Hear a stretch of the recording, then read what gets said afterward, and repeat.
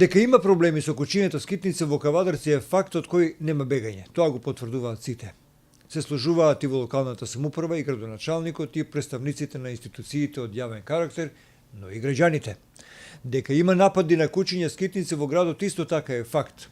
Родители, баби и дедовци често се во придружба на своите внуци и мали деца до училиштето и назад од страв дека е можен напад на куче скитник.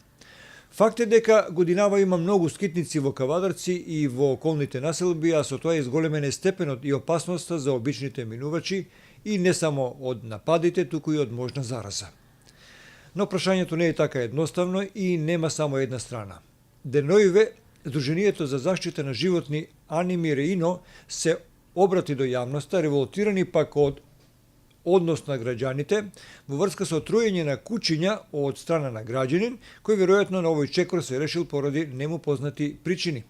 Во обраќањето на службената страница на интернет порталот, Аними Реино меѓу другото наведува: "Сакам само да прашам, цитираме, дали знаеш дека можеби тие животни ќе устрекија некого доколку ти помогнеше да бидат вдомени, а не брутално убиени.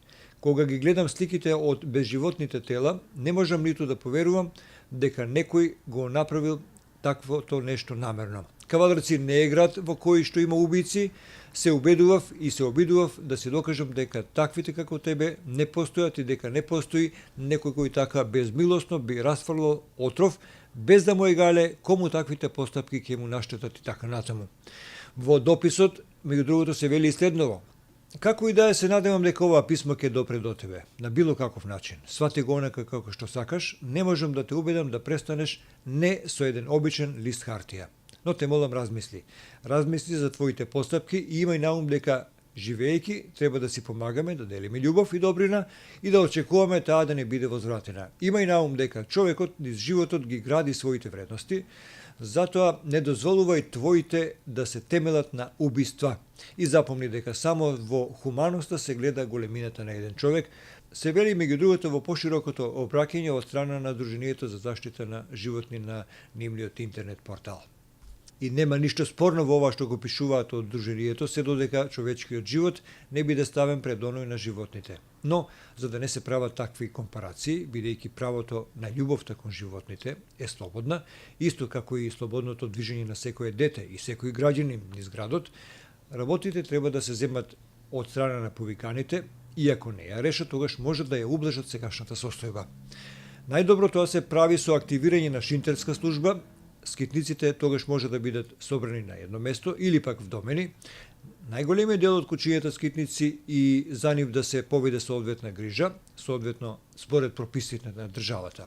Да се применат сите позитивни мерки со цел да не се направи геноцид врз нив.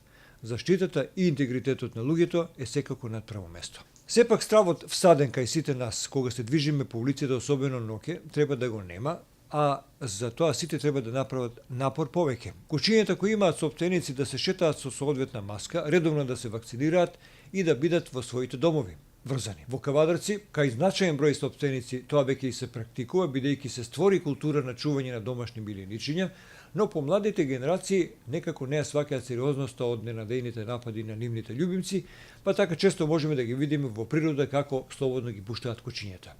Во една таква прилика, некој од локалната самоуправа напомна дека состојбата со кучињата во Кавадарци е слична со неколку други градови во Македонија, па и во локални самоуправи каде што проблемот се решава на тој начин што тајно се транспортираат кучиња во текот на ноќните часови во друг град и ги оставаат во градот така што се лишуваат од нивното постоење во нивниот град.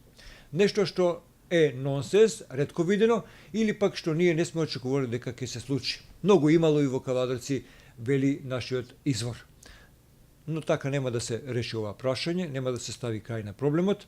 Има мерки за ублажување на состојбата, треба само да се активираат механизмите или пак едноставно да видиме како тоа се прави во поразвиениот западен свет и тоа треба да го примениме кај нас.